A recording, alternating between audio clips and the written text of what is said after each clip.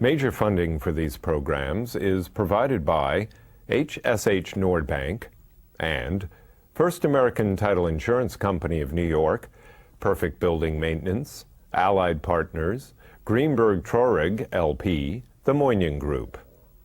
Additional funding is provided by Antares Real Estate, Arbor Realty Trust, C.B. Richard Ellis, City Habitats, City Investment Fund, Cushman & Wakefield, Eastern Consolidated, Essex Capital Partners, Fremont Investment and Loan, James D. Kuhn Real Estate Institute at Syracuse University, Massey Knackle Realty Services, Meridian Capital Group, McSam Hotel Group, Musk Development, LLC, Newmark Knight Frank, Palin Enterprises, Rosenthal and Rosenthal, Inc., Swig Equities, the Engel Berman Group, Titan Capital, the Wickoff Group, YL Real Estate Developers, Extreme Contracting and Deconstruction.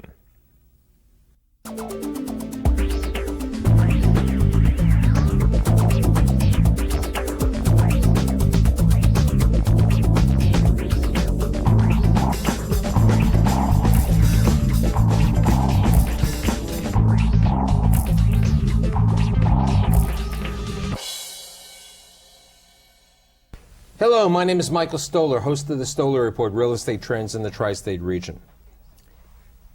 Everybody has their pension plans, and pension plans, support retirements, and these retirements, these pension plans have to invest. And where do they invest? They invest in real estate. Now, who are these advisors? Who are the pension plans? Today, I'm bringing a really interesting group of individuals to tell me what these people invest in and where they get their money, because they get their money from pension plans. My guests today include Susan Doyle, Vice President, Asset Management, GE Asset Management, Russ Appel, President of the Paradian Group, Nancy Leshine, better not get it wrong, Leshine? Leshine, you got it right. I got it right. Managing Principal of Park Madison Partners. And last but not least, Mary Hull, Managing Principal at Westbrook Partners. You have this position of looking after the pension of all the domestic employees of GE. How many employees are there? GE has approximately, Michael, I don't know. Okay. A lot. Okay, they have a lot. I know they own a lot of properties. GE. How many domestically? I don't know. Okay, so they have a lot of people. Okay, so there's a lot of money that is under management. We're not asking anybody how much money they invest. We want everybody to be happy. But in this room, I would say that I have people who probably maybe $20 billion in a conglomeration. $20 billion is a lot of money. It could be greater than that. And of that, a significant or a large portion of that money is invested in real estate. And my question is, what is the type of real estate in the tri-state region that you and your clients like to invest in? Susan? We like New York City office. We have a large portfolio, and it is an efficient way in which to invest large amounts of money with few people. And you, Russell? See, to a certain extent, we're a little different. We focus on small to mid-size assets, generally where we can enhance value, usually where the properties are under-rented or under-leased. So as opposed to the trophy buildings? Well, we do a little bit. We look to not deploy a lot of capital at once efficiently, but rather take advantage of the fact that there are a lot of big institutions that are doing that. We sort of work hard on little They're the assets. Jolly Green Giant. They're the 800-pound gorilla. Mm-hmm. Everything's GE, But I mean, so you look at, as opposed to, let's say, we won't even talk about buildings that you own, but last year a number of trophy buildings were acquired in the city, and some of these buildings, like 280 Park Avenue, 230 Park Avenue, some properties on 3rd Avenue, which I do know that you owned, and other properties, and you had properties at 450 Lexington Avenue, and you had clients had property on 5th Avenue. These are large buildings, and some of them sold for in excess of $1,000 a square foot. we hadn't seen prices of $1,000 a square foot in years. You didn't buy any buildings in excess of $1,000 a square foot, did you? We did not. We Okay. tend not to do the trophies. We'll do the low-profile. You like the low-profile buildings, like they did a couple of months ago, 1619 Broadway. You didn't say it, I said it. So what happens is you take different type of approach. But what do you like? I mean, you say you like these classy office buildings. You like to put a lot of money out. They're stable assets. You had a client about 2 years ago that you sat on the investment committee. What type of asset did they like? Well, I mean, we look at lots of different general partners, and frankly, they like pretty much anything that makes money and that has liquidity. So it can be big trophy assets, and you said we hadn't seen anything trade in $1,000 for a while. I think that was a record-breaking price, and now we've broken through it many times. But at the time, people thought, the world has changed. But there are clients who really like to be in the 5 boroughs, in the 4 boroughs. The one that's not that doesn't start with an M, and that fits some other aspects of their investment committee agenda. And as long as it can make money and it's liquid, that's good too. And that can be apartment buildings, that can be smaller hotels, could be small retail. You just said the 4 boroughs. Are we talking the 5 boroughs or the 4 boroughs? Well, I said the 4 boroughs outside of Manhattan. Oh, okay. Because typically people think of New York City and they just think about Manhattan. No, I think between 14th and 96th. Right, and we were just saying before, and we'll bring it up in a second, New Jersey. But have you ever invested, or what's your opinion of the 5th borough, or the 2 5th boroughs, being Staten Island and the Bronx? You're looking at me? That's where my eyes are. Okay.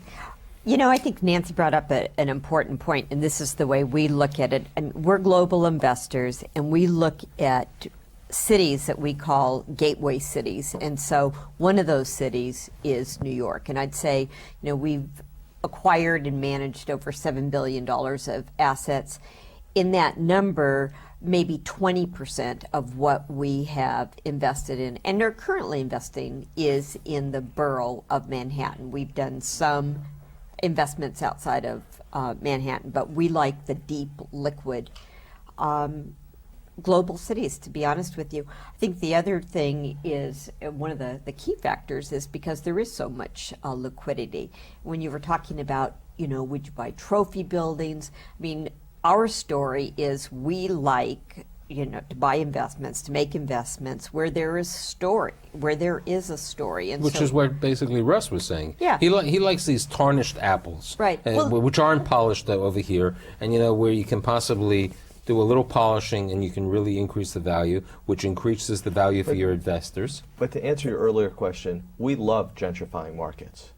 And when we look at some of the boroughs, and we look at Manhattan probably in areas of Manhattan that other people aren't looking at, we love those areas because not only can you identify assets that are underperforming in many cases because they have been undercapitalized for quite a while, but then to the extent that market is improving as people are moving to those areas, whether that be, by the way, Staten Island and the Bronx, if you believe there's gentrification in those markets, or areas in New Jersey and Connecticut where you're seeing gentrification as well. And Mary, we're not a global investor, but we are a national investor, and we look for those markets across the country. And like you, we like even better those markets where we think there's a consistency of liquidity, so that 5 years from now or whenever it is that you ultimately look to sell it, if you do look to sell it, you can sell it, because if you have that consistency of liquidity, there'll be another buyer for that asset. And We that's also a have huge, looked at that's a the Bronx. huge change, because I remember going about 4 or 5 years ago to it's called AFIRE, Association for Foreign Investors conference here in New York, and the conference was called Emerging Markets. And I'm sure I was not the only person in this room of a few hundred people who expected to hear about India and Asia and Russia and Brazil, and instead it was about Brooklyn and the boroughs and the new New York City plan. And so I think even just 4 or 5 years ago, pension funds, institutional investors whom we all work with, wouldn't have thought hard about investing in gentrifying markets. But today it's a much more common strategy. I think people are a lot more comfortable with it. Urban investing has become a big trend for institutional investors, and so people are willing to take risk in markets where in the past, they were redlined, terrible word, but they were redlined, or institutional investors wouldn't put capital. That's really changed. It's changing the face, I think, of New York City. For us, I think many of the members of the investment committee and many of the people that I work with grew up in the boroughs. And it's actually easier for us to present an investment in a neighborhood that they're familiar with, and they say, there? And we say, yes, it's gentrifying. And they say, really? And we say, okay. But yes, we looked at a large residential portfolio in the Bronx recently. But, the question is, I think gentrification is one, but there, I think Russ just brought up the point, and we had a little conversation before about, I went to Jersey, and I was saying New Jersey, and, certain people say there's only Hoboken and Jersey City, and Russ brought up Newark, and I'd like you to talk about Newark, and I'd like to get the opinions of the three other individuals here, what their thoughts about Newark are, because I heard some dissension before. I think Newark is a very interesting place right now. It is a market that is ripe for gentrification. There are a lot of interesting things going on there. And it's a market, quite frankly, that is 13 minutes, Penn Station to Penn Station from Manhattan. With rents going up in Manhattan the way they are, Newark is a very logical alternative, particularly for people that live in New Jersey or businesses that have many of its employees based in New Jersey. It's got fabulous transportation. It's got a great performing arts center. It's got a new stadium that's being developed. Now there's plenty of things it doesn't have. It's got a brand new mayor who's brought in an extremely talented group of people to help him govern. I think it's potentially a very exciting. It has. You can see many exciting prospects for this. No, I agree with you 100%, but I might disagree with you in the office market. I believe the office market in Newark, from what I see with the developers, is not developing the office. They're redeveloping what happened in Lower Manhattan when the mayor Giuliani did the 421Gs a number of years ago and provided tax incentives where you converted obsolete or Class B office buildings to residential. But the Class A market, which is really which is really the immediate market around Penn Station, is a very tight market. Actually, it is. The Class A market is a tight market. What you're talking about is the B and C market predominantly, and Correct. that market is, you're seeing some redevelopment, but that's never going to really be a Class A institutional and all market. of that redevelopment has been done as residential conversions. I mean, the Cogswell, who has a lot of it. Well, he did one building that He's- seems to be working nicely. Right. It's early on, and that's actually a very nice project. Right. There's other signs of. I think there's some other interesting signs. What about GE? Do you think that they invest in New Jersey? Have they? What's their perspective on the largest city in New Jersey, which is Newark? It comes down to a deal-by-deal consideration. We did look at a Class A office building in Newark, and at the end of the day, we decided that the yield was not high enough for the perception, anyhow, probably, of Newark. So there's definitely an interest in doing deals in Newark, but it has to be the right deal. And you said? And that's, that was my comment earlier before we came on the show, was I think there's a perception of Newark. And for us, when we underwrite, and we, like Susan, have looked at a number of transactions, we couldn't get there on the yield. And when we looked at, particularly some of these investments were larger investments, and we looked at who would be the next buyer, it didn't pencil out for us. Where I look at where investors have been successful investing outside of, Manhattan, it's generally not in office. So if you're going to go to Newark, it's probably retail or residential. Maybe if there's a convention center, there might be a hotel component. But if you look at most of the successful institutional investments outside of, it's not just Newark, but it's all the boroughs, and would be smaller retail and residential, and that's really where the money's going. You just brought up the hotels. New York City hospitality industry is hot as a pistol. I mean, right down the block, we're on 35th Street, our studio over here. There's a Hotel 372 on the corner of 5th Avenue. There are 3 hotels being built next to each other. McSam Hotel is building one, Brock Hotel from Israel. Brock Capital is building the second one, and last week the Spanish bought the Atlantic Bank building. What's the general consensus of the hospitality industry in the New York in the region? I think on the hotel side, when you look out to the supply, I think we're just, at getting towards saturation point. I mean, we historically had been You were players, I know. Players. We had a public a company we took private, went public, sold. So it's a business that we know, and certainly we've invested in hotels in other cities, and as well as in New York. But I think when you look at what's coming on the pipeline in terms of So you're getting a little cautious. Absolutely. Yourself? We also have been players in the New York City hotel market, and we have been sellers. We are happy to sell into the pricing today. It's a cyclical business. I mean, It's an operating business. One must remember it's also It's an operating business Yes. with lots of operating leverage.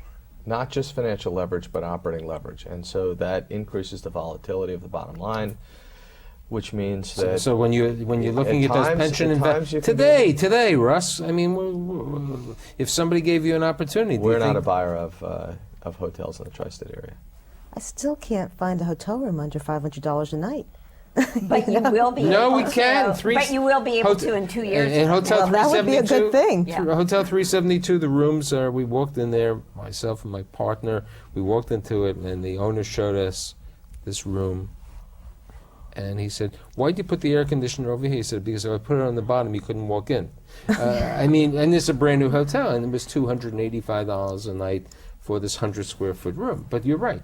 3 months in advance, you can't get a room downtown. Yeah, which is very interesting, thinking about the business that's being done in Midtown, and it's right. So, I hear from that point of view, if you can't get a room downtown for 3 months, wouldn't it sound logical that an investment in either a new hotel would be worthwhile? Just depends upon how much you're paying to build it. Now we get to And the the next time. subject. I hear I buy assets, I buy something which is already built. Do any of you ever build assets? I mean, from ground up in the tri-state region? Yes, we do. What type? We have built residential, although it's actually mostly been redevelopment Yeah. of existing assets. You? Cautiously.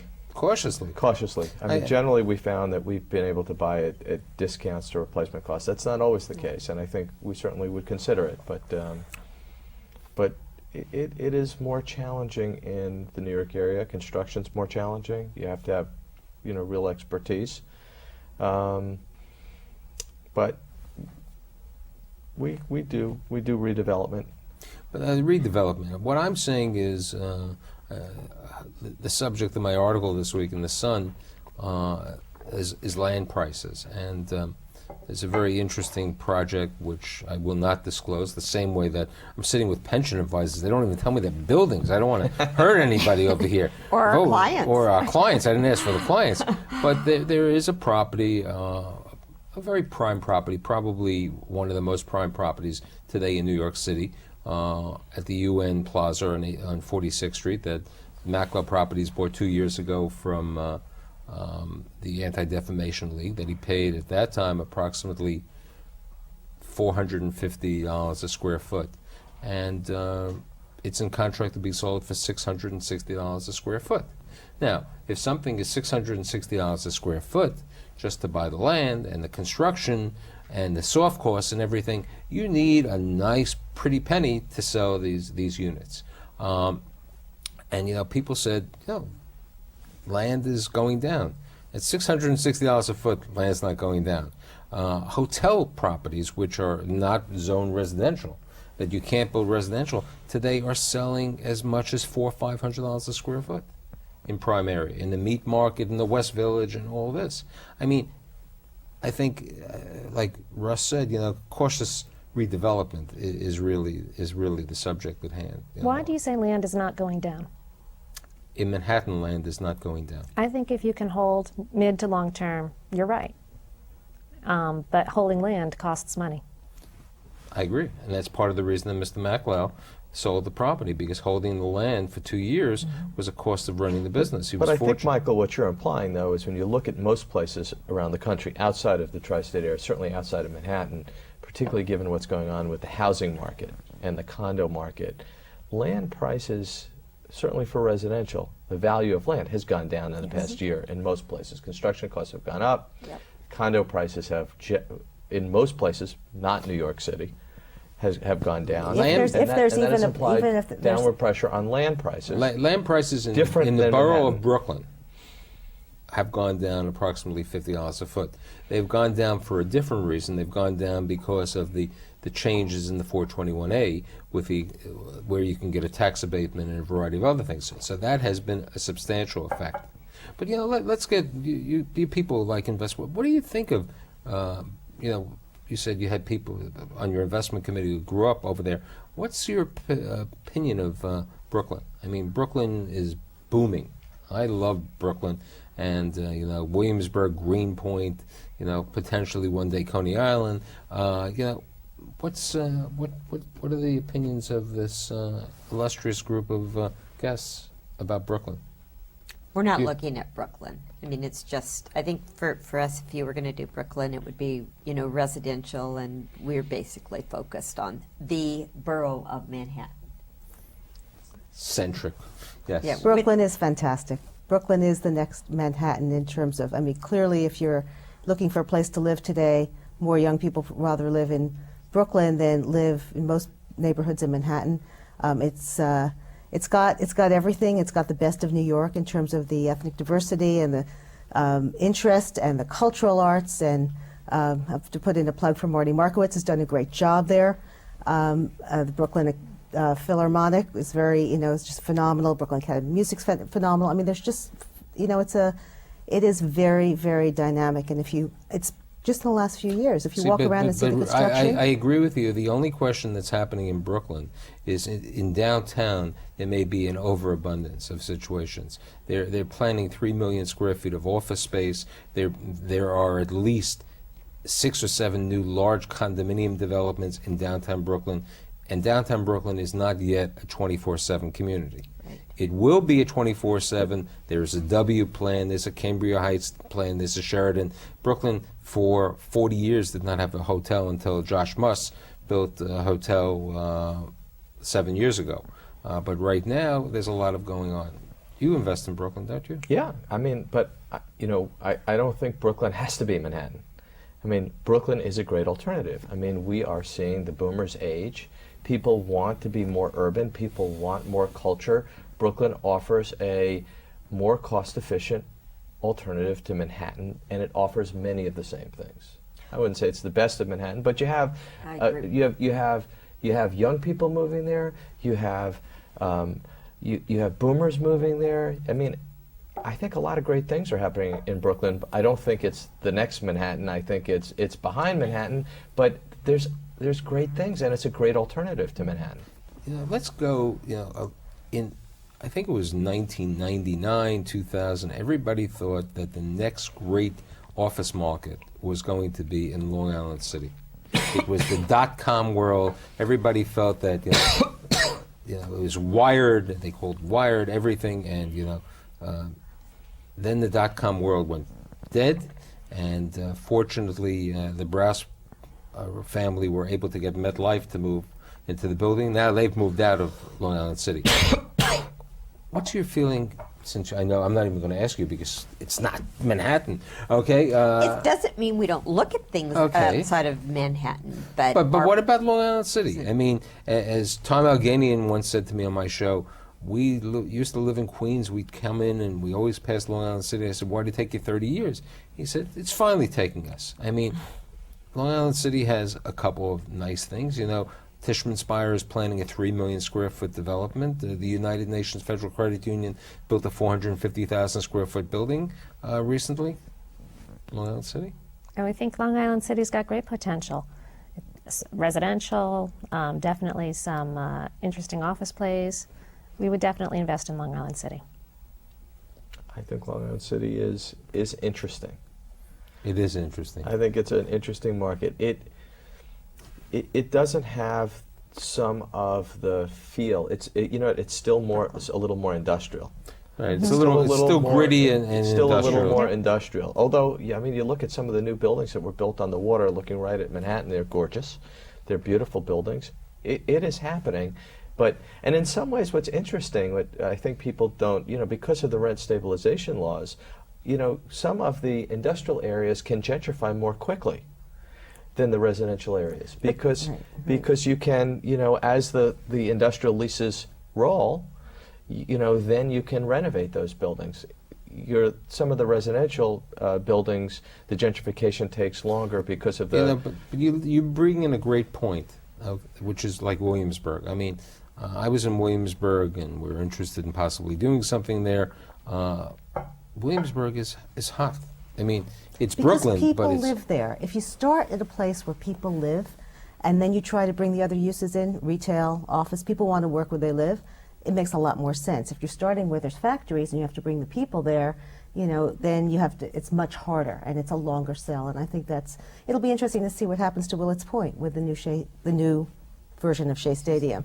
I think you'll see another long cycle there, but But you see, that's Willets be Point. interesting. While Flushing is booming.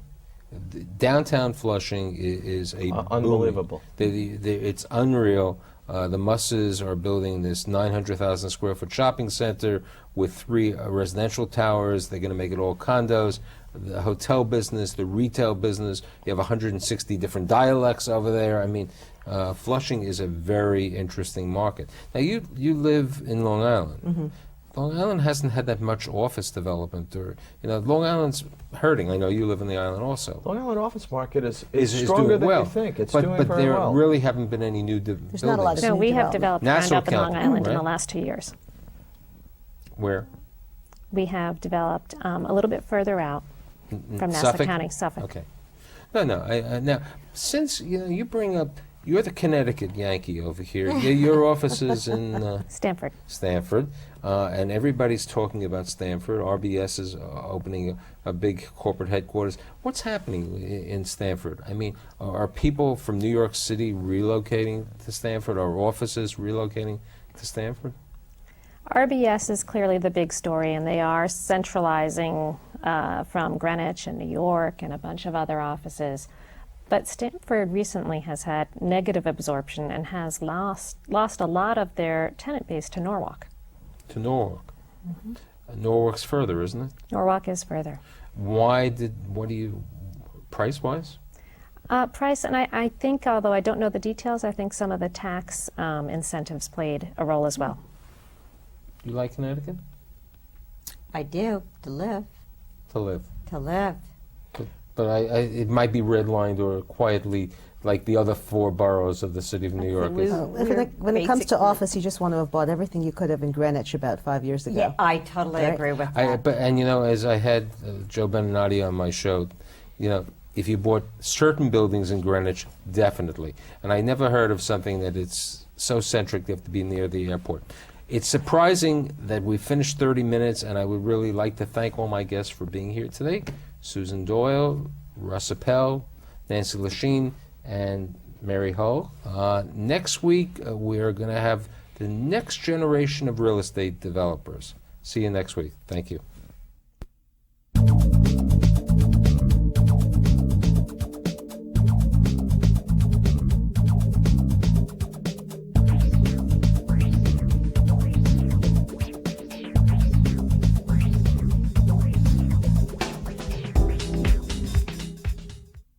Major funding for these programs is provided by HSH Nordbank and First American Title Insurance Company of New York, Perfect Building Maintenance, Allied Partners, Greenberg Traurig LP, the Moynihan Group. Additional funding is provided by Antares Real Estate, Arbor Realty Trust, C.B. Richard Ellis, City Habitats, City Investment Fund, Cushman & Wakefield, Eastern Consolidated, Essex Capital Partners, Fremont Investment and Loan, James D. Kuhn Real Estate Institute at Syracuse University, Massey Knackle Realty Services, Meridian Capital Group, McSam Hotel Group, Must Development LLC, Newmark Knight Frank, Palin Enterprises, Rosenthal and Rosenthal Inc., Swig Equities, the Engel Berman Group, Titan Capital, the Wickoff Group, YL Real Estate Developers, Extreme Contracting and Deconstruction.